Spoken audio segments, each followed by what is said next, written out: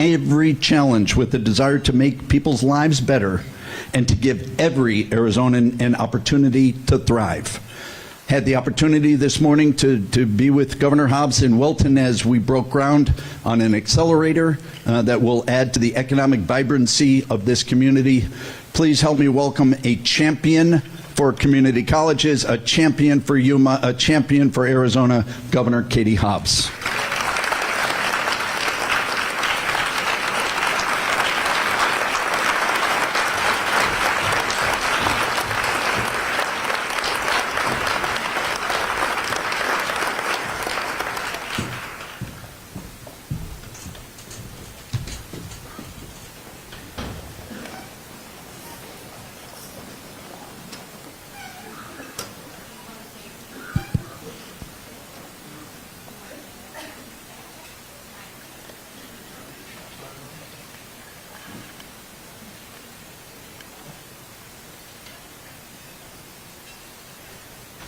We want to welcome you all. We want to thank you for being here today and for taking the time to really meet with us and discuss air. Sorry about that. And the pleasure is to get to speak with Governor Katie Hobbs and really get to speak about Arizona and what's going on. And we thank you so much for being here. So with that, let me give you just a few minutes to kind of just open us up today. Well, first of all, thank you for not announcing me as the singer of the national anthem, because I can't do that. But no, I'm really happy to be here in Yuma again. I can't count how many times I've been here during my time as governor, and that's something that's been really important to me, to make sure that I'm getting all over the state. And you all are such an important part of all that we have going on. And so really happy to be here and talk a little bit about... Is everyone awake? And talk a little bit about what we've been doing and what we hope to do for the next couple of years. Thanks so much for that. And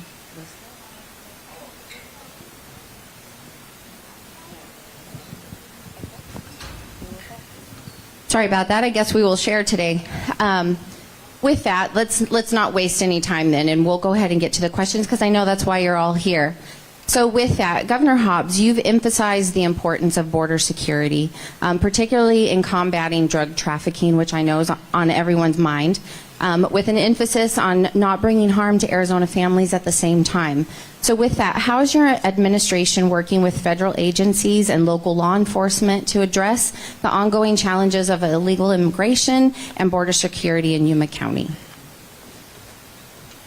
When I took office as governor, one of the first conversations I had was with Mayor Nichols.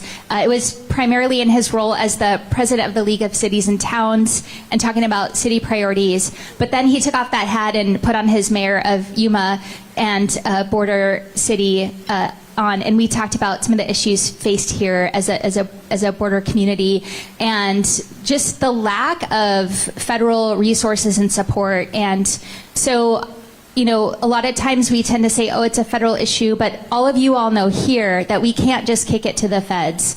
And I got to work right away. I had conversations with local law enforcement. Sheriff Wilmot has been a really critical partner in our work on the border. And we've had a lot of success. I've stood up to the Biden administration because they refused to send resources. They just unilaterally closed the port of entry at Lukeville, and that was really frustrating. And so I'm encouraged by the new administration's different approach to the border, but we didn't wait around for them to get here. We took matters into our own hands. I launched Operation Secure and Task Force Safe. We have National Guardsmen at the border working hand in hand with Customs and Border Protection on drug interdiction. Through Task Force Safe, we've interdicted over 19 million fentanyl pills and over 3,000 pounds of other illegal substances, kept them not just off the streets of Arizona, but off the streets of the country. And so building on that success, I just recently announced just recently, like 2 days ago, an executive order launching Operation Desert Guardian. And this will be a joint task force led by state agencies, Department of Public Safety, Department of Emergency Management, and our Department of Homeland Security.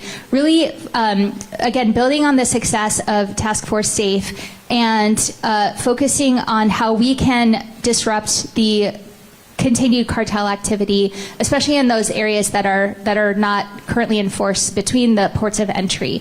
So that's going to, again, require continued communication and partnership with our border communities. And when we told the feds about this, they were enthusiastic and seemed very willing to cooperate. So looking forward to that. We've also welcomed the 500 active duty military that the president sent there at Fort Huachuca, and we'll continue to look for more information on what they're going to provide. And we'll continue to ask Congress to do their job and pass a budget that has more resources for border security. And my budget has more resources for border security because we've been really successful, and we'll continue to work in partnership with our communities, making sure that we have the resources to keep everyone safe. Yes, exactly. And I think I really want to thank you because you're putting Arizona first, and you're really making Arizona be a leader in the country for border security. So thank you very much for that. So let's move on. So Governor Hobbs, you've proposed legislation to regulate groundwater in rural areas, aiming to protect the water resources essential for agriculture. So Yuma County, as you know, is a key agricultural hub, generating $4.4 billion in state economic activity. Congratulations, Yuma County, right? Your proposed regulations for groundwater, including the discussions of creating AMAs, active management areas in Mojave County and the Cochise County, should alleviate some of that pressure overall on the Colorado River. So with that, is there something that you're doing additionally that's showing the success for the farming communities? Yeah, so first of all, really proud of the agricultural industry here in Yuma and the fact that you all feed most of the country during the winter months. And so and understand how important the Colorado River is to that industry. That industry is very important to our state. So thank you for that. Right away, when I took office, I worked to engage in discussions with the lower basin states on the Colorado, and was really proud to secure an agreement that saved Arizona from drastic cuts from the federal level and will get us through to post-2026, which we are now engaged in those discussions of Colorado River management for post-2026. The biggest accomplishment of that agreement was getting California to the table. And you all probably know better than anyone how challenging that has been. So we were able to work together and get to an agreement with California and Nevada and save Arizona from drastic cuts. And we're going to continue fighting for our share of the Colorado River. We're still pretty much on the same page with the lower basin, not so much the 4 upper basin states, and so that's an ongoing conversation. We've been able to put meaningful water on the table for conservation that it strengthens our leveraging position. I also signaled with my executive budget that we're willing to fight for our water. We put aside some funds for litigation if necessary. I hope it doesn't come to that, but we're going to fight for Arizona's water in those Colorado River discussions. And then obviously watching what the federal government's doing with funds that have previously been set aside, I think $4 billion in Colorado conservation projects. So obviously watching the status of what is happening with those funds, as well as many other federal funds that we're kind of counting on here in Arizona. So that being said, Colorado River is obviously important, but groundwater management is too.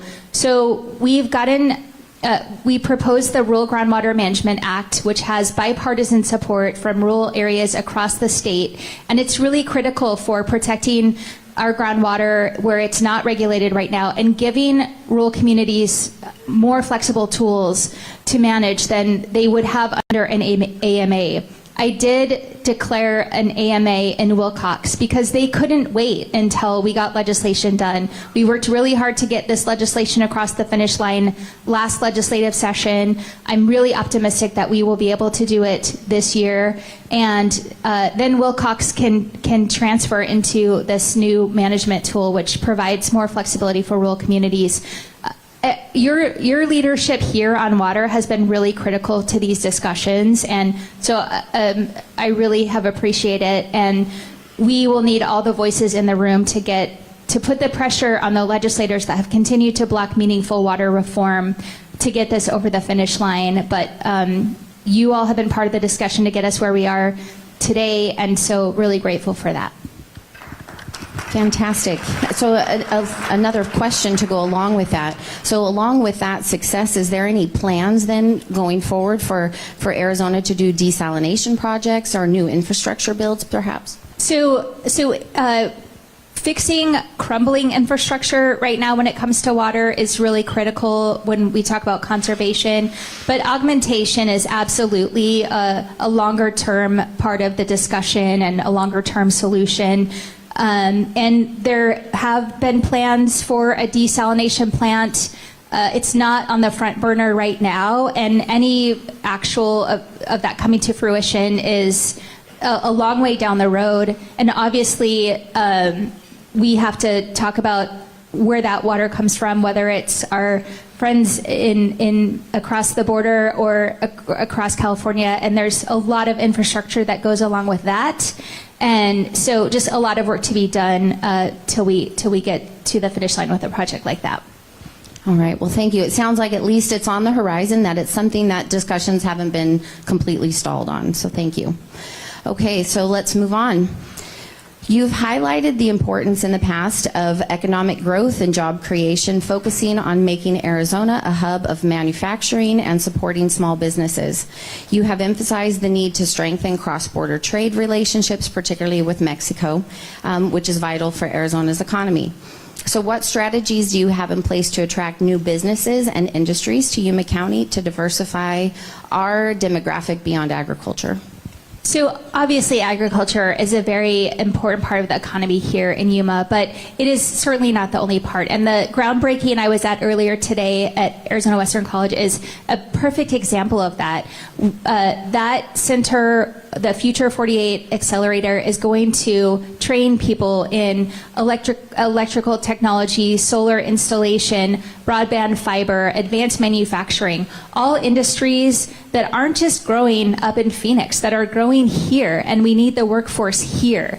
And so there already are great examples of diverse economic development happening here, and the more we can do to grow that workforce, the more we're going to do to attract that kind of development. Exactly. So along with that, so potentially there's a 25% tariff that we're looking at coming on Mexican imports. So how do you anticipate that this is going to affect Arizona businesses, particularly here in border communities? Yeah, so understanding that we can't control the rhetoric or action or chaos that's coming out of Washington, but all of us understand how damaging these kind of tariffs would be to the economy.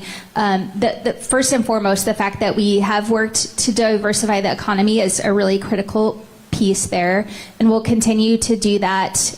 We'll continue to uplift the importance of our relationship with our neighbors across the border, and continue to have conversations at the federal level of how damaged, because these tariffs, they're just going to get passed on to consumers. So for someone who ran on, in part, lowering costs, at the end of the day, they have to understand this is not the best economic policy. Absolutely. And does the state have any suggestions for what local businesses can do to help weather through the storm and knowing what's coming? Ongoing conversations about that, for sure. Okay, thank you. All right. So recognizing that Arizona's strong economic ties to Mexico, you have advocated for strengthening that cross-border trade, and you've looked at modifying trade agreements like the USMCA. So Yuma County already has those strong economic ties to Mexico. How is the state working to continue to strengthen those cross-border relationships in addition to what you've already mentioned? Yeah, so our trading relationship with Mexico is they're our number one trading partner. It's obviously very important. And one of the first things I did when I came into office was work to revitalize the Arizona-Mexico Commission, which has great representation from Yuma County. A lot of commissioners are here in the room, so thank you for your service and support there. In the 65 years that the commission has existed, they just held their very first ever meeting here in Yuma. So thank you for the hosts of that. It was a very successful event. They went to the San Luis Port of Entry and saw how critical that the work being done there is, and we're able to see just the impact of the trade relationship with Mexico. So that commission is a very important driver of our work in terms of trade with Mexico. It's not the only thing they're focused on. We have a lot of cross-border collaborations around security and around just cultural things and education as well. And there's so much opportunity with all of the economic development we're seeing here in Arizona for nearshoring with supply chain. A lot of companies want to do business in Mexico, and our proximity is really attractive to them for that. And so we've done a lot to invest there. Governor Durazo is the relationship with Arizona and Sonora is as important to him, and we just went to a binational plenary in not just, I guess it feels like just, but it was a few months ago in Hermosillo, and then we're hosting them here in June in Phoenix. Great time to come to Phoenix. Not hot at all.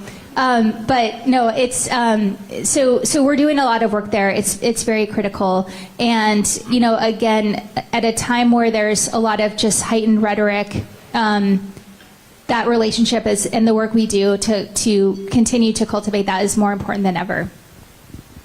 So can we look to Arizona to be a leader then, discussing at the federal level? Yeah, of course. As we look to start the process on the USMCA, the Arizona-Mexico Commission is gonna be a part of those conversations. We have a summit around that, I believe, next week, and so yeah, really want to make sure that we're front and center in those conversations. Fantastic, thank you. Okay, Governor Hobbs, we have a little bit of a pivot, but it definitely goes along with what you were doing this morning. So you've launched initiatives like the Build It Arizona Apprenticeship Program to bolster workforce opportunities, and you've emphasized the importance of creating good-paying jobs to retain the young professionals here in Arizona. So what is your administration doing to create more high-paying jobs and prevent those young professionals then from leaving Yuma County? Yeah, so the Workforce Accelerator that we broke ground on this morning is a great example of one of the things we're doing. So companies are attracted to Arizona because of our talent pipeline, but we still have to do everything we can to continue to grow that pipeline, invest in that pipeline, invest in the talent we have in Arizona so that Arizonans are benefiting from this growth. And we know that we want those opportunities in communities around the state so that young people can grow their families in the place that they want to live, in the place that they grew up in, and not have to leave Yuma to find that opportunity. So investing in workforce at every level, whether it's with our community colleges, whether it's in CTE programs or apprenticeship programs, or even increasing our investment in dual enrollment, which gives high school students the opportunity to earn college credit. All of those pathways to post-secondary education are critical, and we're doing everything we can to expand them and expand them everywhere, not just in Maricopa County.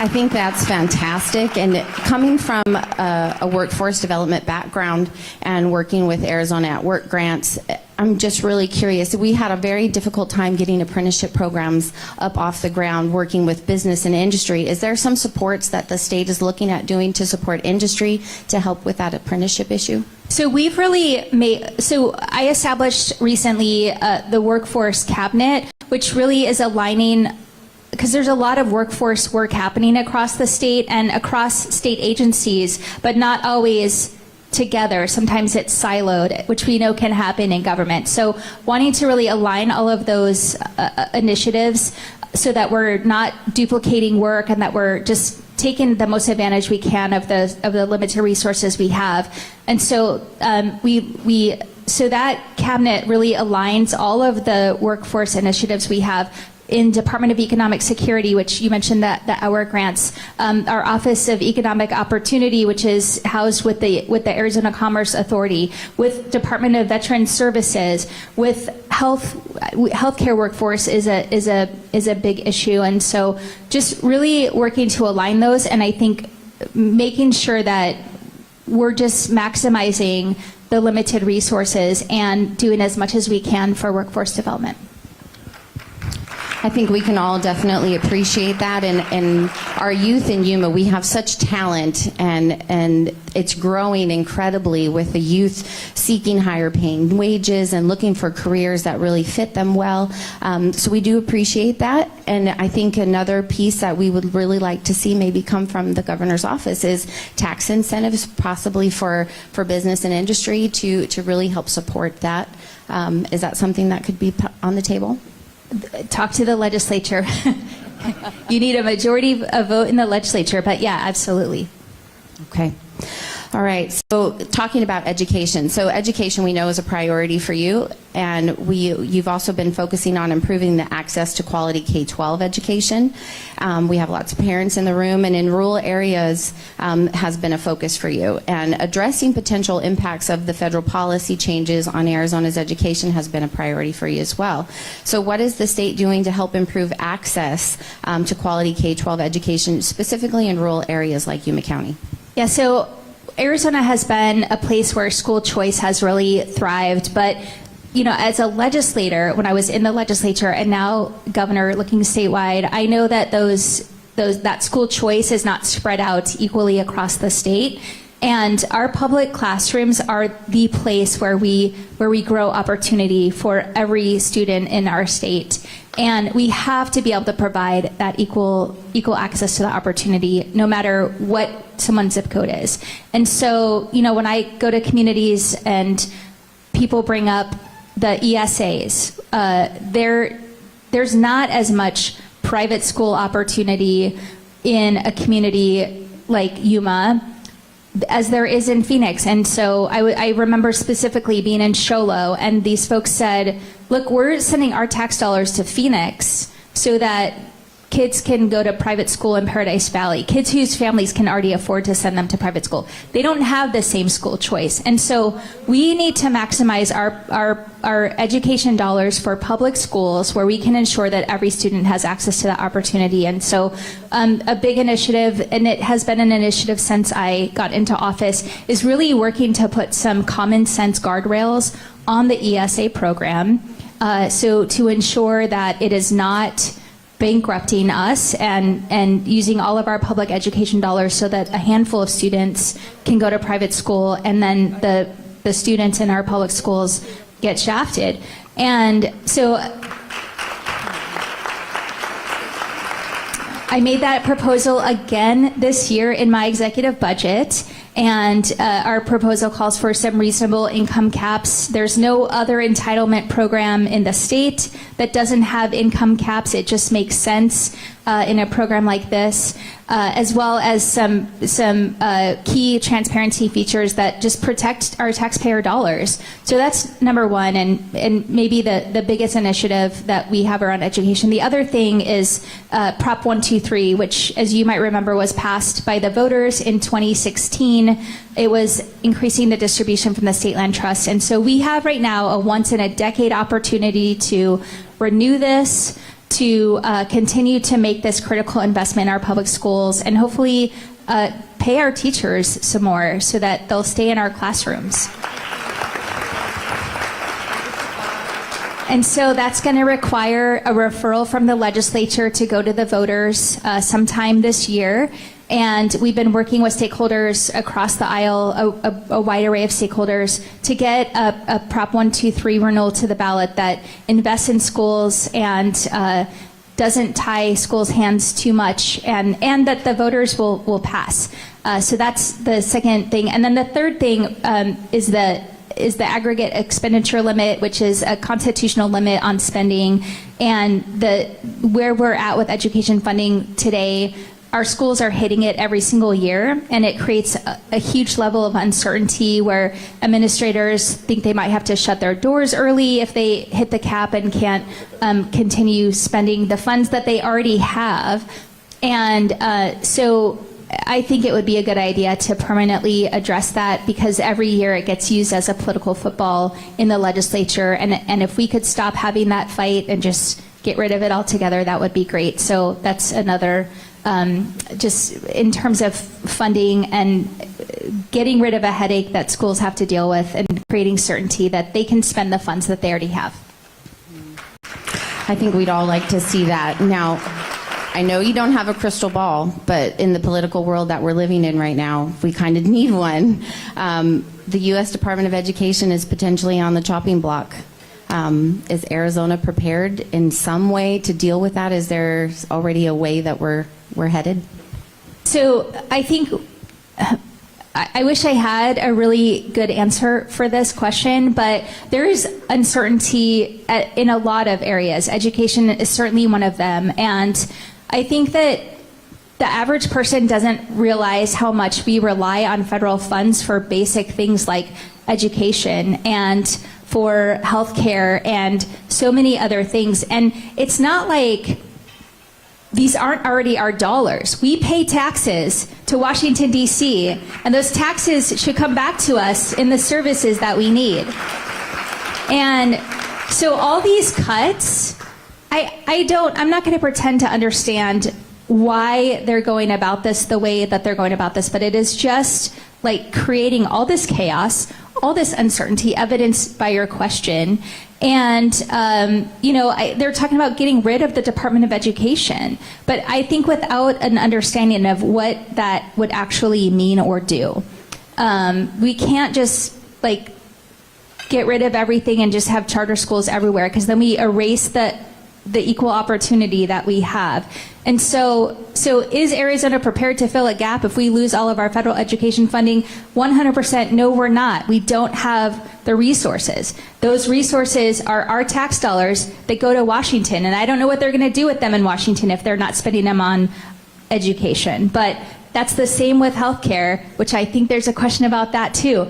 I wish I had a better answer. So what that means is get on the phone with your members of Congress and let them understand how devastating these kind of cuts would be to Arizona. Thank you. I would strongly suggest you do what Governor Hobbs just suggested and really get involved and be in contact with your leaders. All right, we got one more on education, just because it's so important. And this is talking about, okay, what investments are being made to continue expanding that career and technical education? I know you already discussed it, but really, how is the state prioritizing that, particularly for here in Arizona and rural Arizona? I mean, you can see it prioritized in my budget, which, again, we have to negotiate with the legislature. And so there's always competing priorities in the budget. For me, this is a top one, and it means convincing at least 31 members of the House and 16 members of the Senate and their leadership that these are important parts of the budget. Thank you. All right, so you alluded to healthcare, and yes, there is a question, of course, because it is important to us. So you've addressed healthcare access as a priority, particularly in rural Arizona and the underserved areas as well. So you've expressed concern about the potential impact of repealing the Affordable Care Act on Arizona's ability to access health care. What is being done to improve access to health care services and increase the number of medical professionals in Yuma County, particularly here with the underserved areas? So healthcare workforce is a huge issue in terms of access. We know that. We have great trainers of healthcare workers in our community colleges. And so I launched the AZ Healthy Tomorrow initiative, which is helping to grow our healthcare workforce. That's critical. And again, when you keep folks here, you train them here, and you have jobs for them here, they're going to stay here. If that's in advanced manufacturing, if it's in healthcare, we want to make sure that communities' needs are met because they have the workforce they need. And so that's a really critical investment. The other thing is in terms of access. I know there's so many communities out here that don't have a hospital or even healthcare center. And so telehealth is an important tool for access. Arizona has been awarded almost $1 billion. If they would just give us 70,000 more, I could say $1 billion, but it's almost $1 billion to connect. It's enough to connect every household in Arizona to high quality internet. And I know there's work happening here. Allo Fiber is a partner in the Workforce Accelerator that we broke ground on this morning, and so students there are going to be learning about broadband. So doing everything we can to connect households is we know today internet is not just a nice thing to have, it is a necessity. It helps with education, it helps with entrepreneurship, it helps with access to healthcare and so many other things. And so I know that those two things, growing the healthcare workforce and increasing access to high quality internet, don't address the challenge of losing all of our Medicaid expansion dollars, but it's something that we are doing for sure. And again, if they decide to eliminate particularly the Medicaid expansion portions of the Affordable Care Act, it will be devastating to so many Arizonans. When we passed that in the legislature in 2013, it was still to this day the most consequential vote I have ever taken in the legislature. Hundreds of thousands of Arizonans have health care as a result of that. And it would be devastating, but also devastating economically. And the rural hospitals, where they're sometimes the largest employer in their communities. And when we passed Medicaid expansion, many of these hospitals were at risk of closing because of the uncompensated care, and we'll get back to that place again, and we don't want to be there. So again, members of Congress, they're the ones deciding this. Talk to them, make sure they understand. So I know here in rural county Yuma, the border has caused a lot of influx coming in through all of our hospitals. Is the state working to address that with the border challenges that we've had going on? So I think, number one, we're seeing a huge decrease in the influx of folks coming in, but hospitals can't turn people away, and so understanding that issue, I think. Yes, we've been working with folks like Amanda Aguirre's here in the room and is providing amazing work in our border communities. And so yes, we're working to support that and make sure that folks across Arizona are able to continue getting the care that they need. So yeah, that's a very important piece of that puzzle. Thank you. All right, affordable housing. Governor Hobbs, you've emphasized affordable housing as a top priority again. You signed legislation to expand housing options, including legalizing accessory dwelling units, the casitas, across the state to address housing affordability. Most of the proposed legislation targets eliminating zoning, calling on high density in areas that cannot necessarily support it, and virtually eliminating local decision making by town councils or city councils for each local community kind of in a one-size-fits-all, more of a mandate. It's not always good for Yuma because we do have agriculture and we have our military needs that spacing and is always kind of an issue for that high density. So with that, are you looking at entry-level buyers being able to afford housing without disrupting the fabric of each community? How are you addressing that?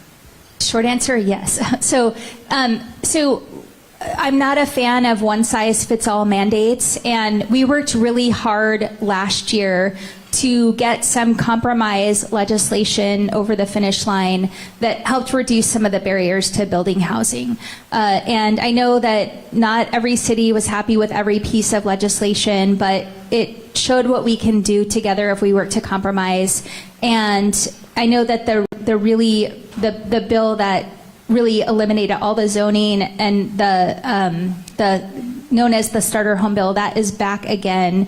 And it's not something I'm a fan of for so many reasons. The amount of local decision making it takes away, the amount of control over communities that people have in those communities that are most affected.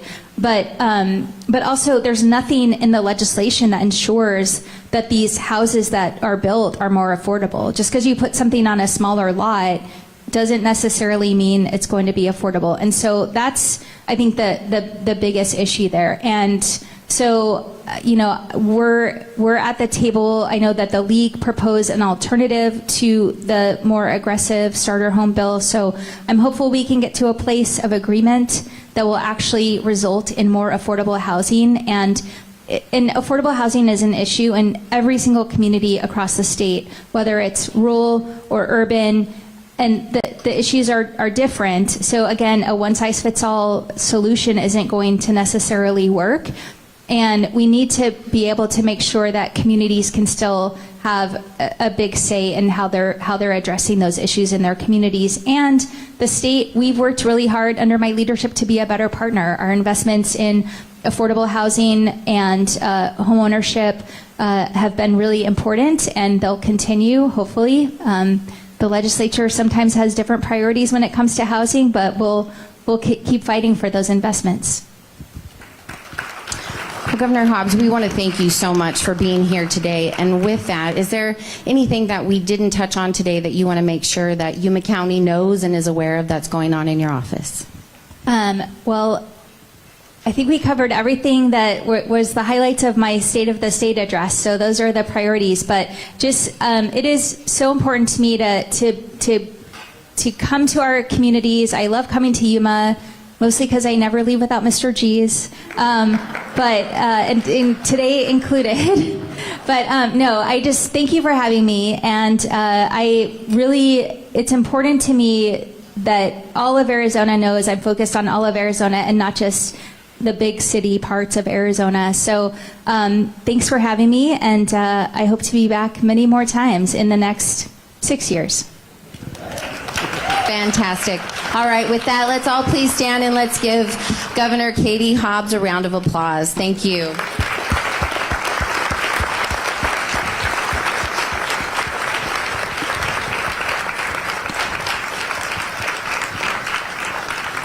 All right, and please be seated for directions on how we'll proceed with the rest of the day. Thank you.